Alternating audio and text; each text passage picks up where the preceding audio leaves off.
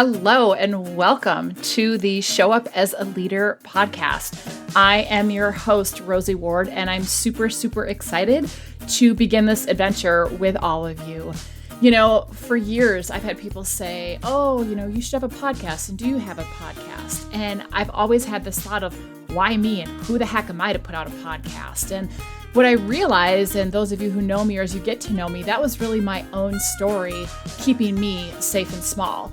And we all have an opportunity to contribute our gifts out in the world and to make a difference. And I started really realizing in 2020 with events being canceled, so I wasn't able to keynote conferences and be out in front of people, that this is a different way to pivot and still connect with people. And so when we think about showing up as a leader, first and foremost, I define leadership as maximizing our positive impact on the world by becoming our best, fully authentic selves and supporting those around us to break past barriers and step into their greatness. So think about that for a second. This means that leadership is not a title. It is not a role. We all know people who have the title and the power and the authority and the responsibility, but we would in no way, shape, or form call them a leader. And there are people who don't have the title, the role, the responsibility, yet they are absolutely a leader. And so we all have an opportunity to show up as leaders. And in order to do that, we really have to take what I call an inside-out approach. If we are going to become our best, fully authentic self, there's work to do that. It doesn't happen overnight.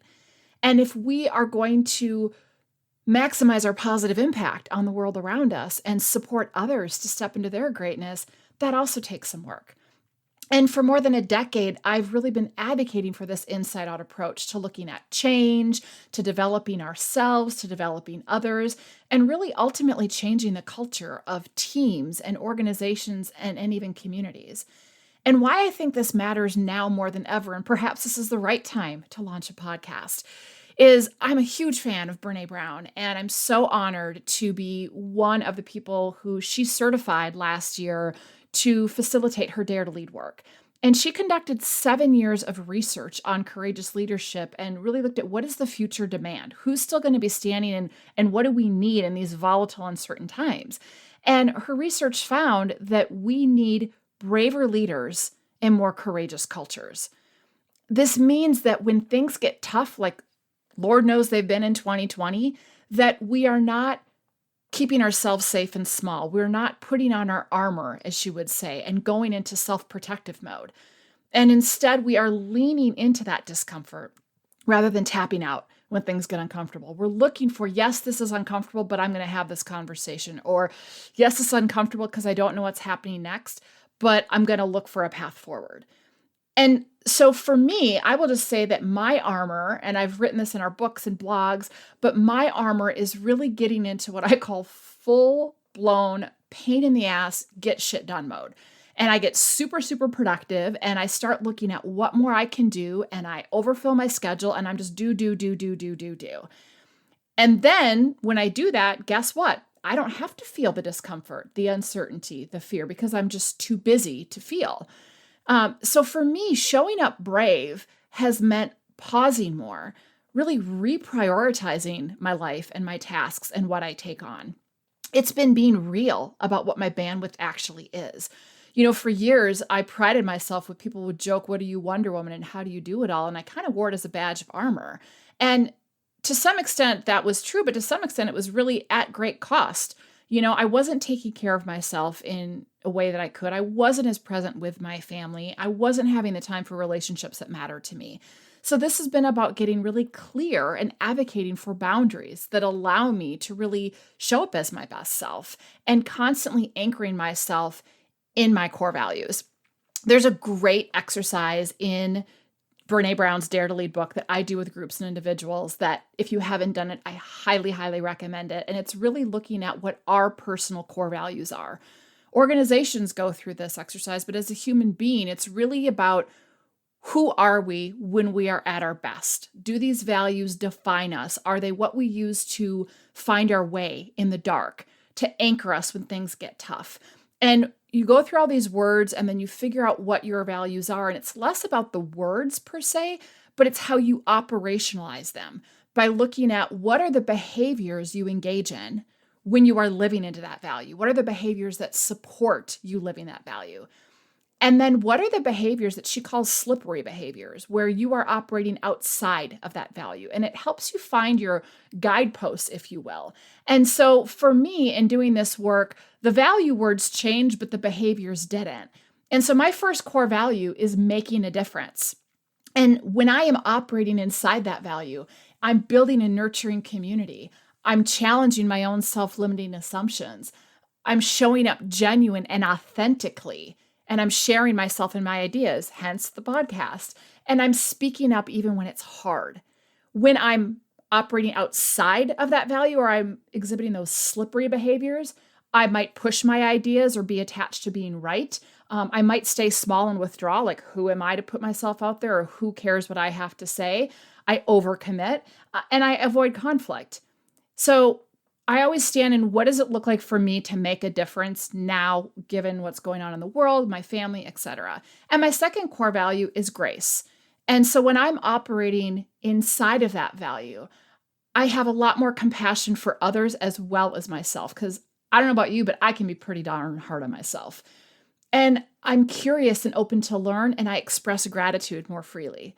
And when I'm operating outside of that value, I start making all kinds of excuses for poor behavior, whether it's loved ones, family members, team members, whatever it might be.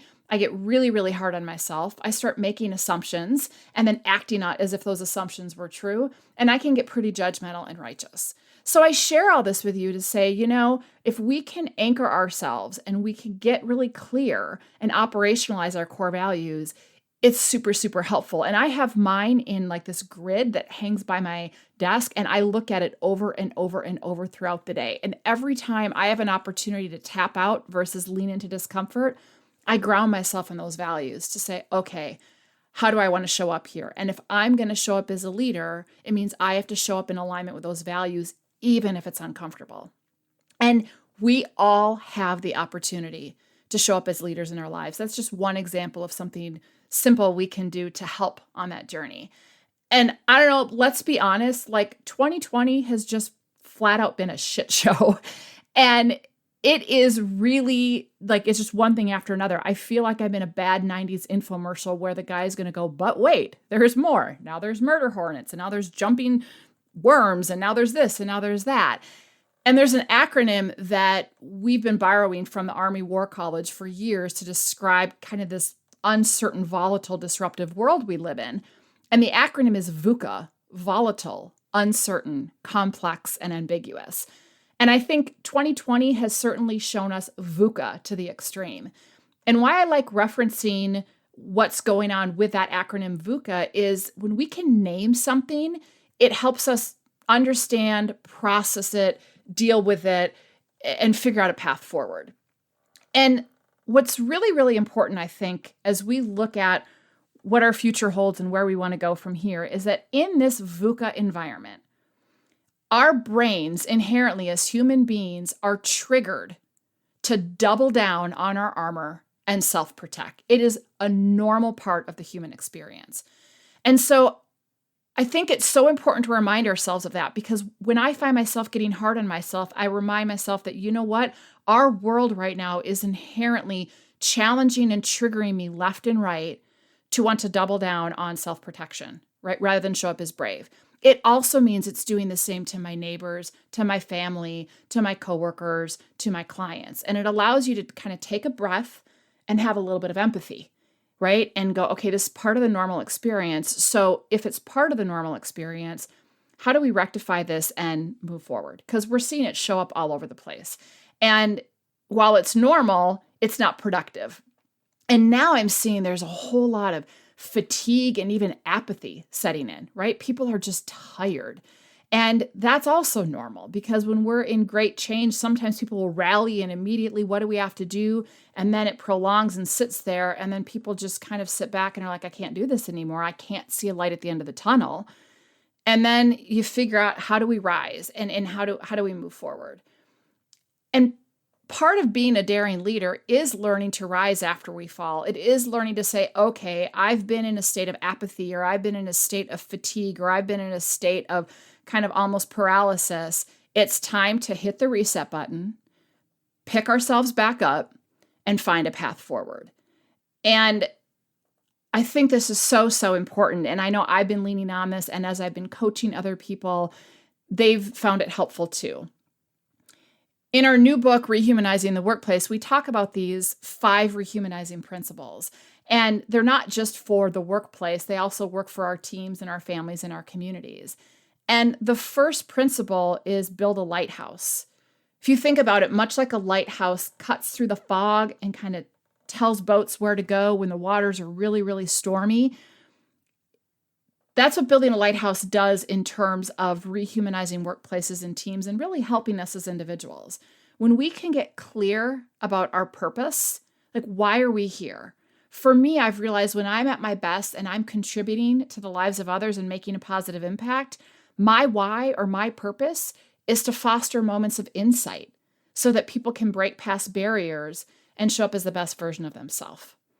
And so doing this podcast is another way for me to further that purpose. If there's a moment of insight, if there's a moment of something you can grab onto that inspires you or helps you move forward in a different way, then I'm serving my purpose well. And it's also using our core values to provide that anchor and calm in the midst of these VUCA storms. And like so many of you, I've had to pivot how I show up in my life and in my business this year. And again, it's all been anchored in my core values and my purpose. How do I want to show up as a wife, as a mother, as a friend, as a neighbor, as a daughter? How do I want to show up as a business owner? How does that mean pivoting our business and moving things to a virtual environment? How does that factor into what types of clients we take on and what things I say no to? And so certainly some days are really, really rough waters, but this has really helped me find my way in the dark. And so if you haven't done this work, if there's one thing I can impart on you is really build that lighthouse for yourself, especially Lord knows what the fall is going to bring. And, we're going to have cold and flu season on top of the pandemic and with schools starting. And it's just, there's a lot of potential chaos ahead, but we can find that calm and that groundedness to kind of help us muddle through those waters. And the other thing that I've been anchoring myself in and just reminding myself and reminding my clients of is rehumanizing principle number 3, which is wait in the messy middle. I know we would all love a fast forward button right now. I would love one, but there isn't a fast forward button in life. It can be so tempting to want to jump to quick fixes or promises of a quick fix or return to a past quote unquote normal, even though, let's be honest, normal wasn't working for so many people. And so this middle that we're in right now is messy and there is struggle. And know that it is in our human DNA to avoid or postpone discomfort.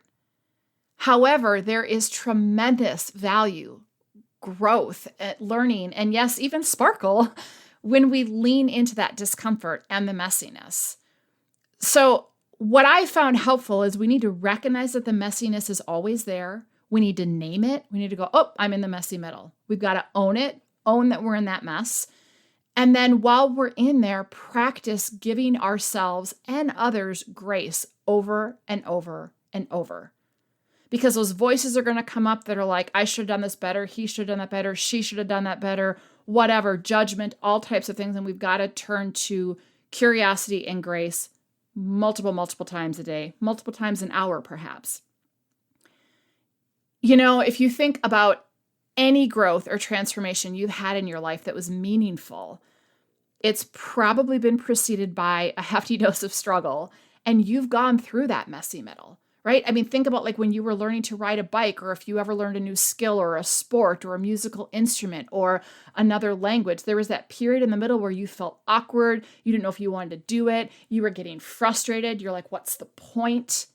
But then when you kept at it and you let yourself learn and make tweaks and you came out the other side, there was energy and maybe pride.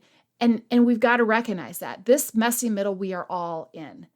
And we don't know when we're going to come out the other side or what that's going to look like, but we can shape that path, and we can, instead of fighting the messy middle, acknowledge it's part of the journey, and then look at how do we want to show up during this messy middle.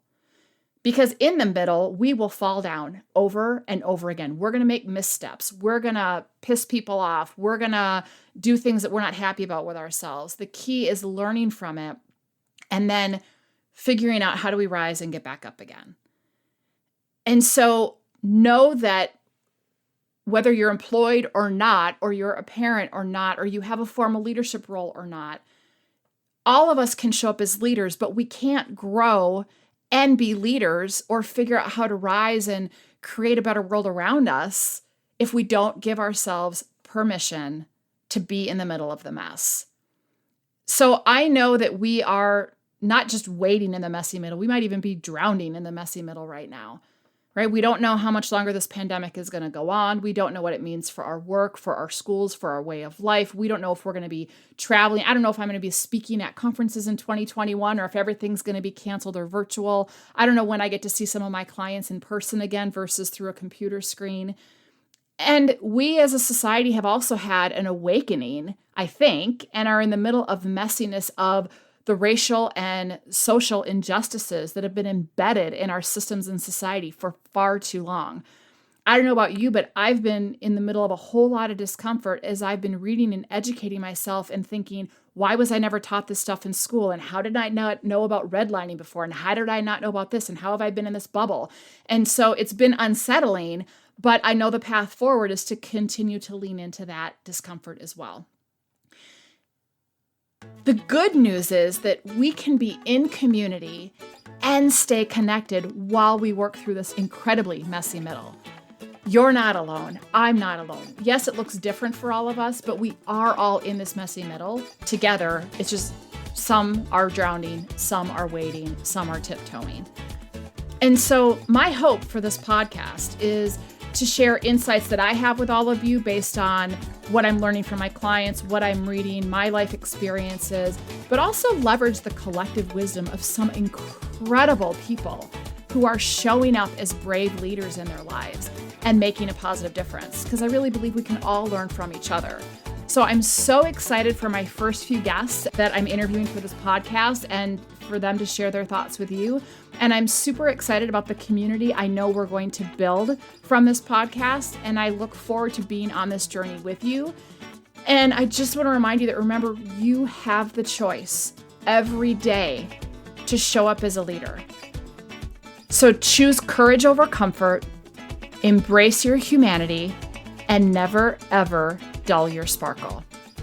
Take care, everyone.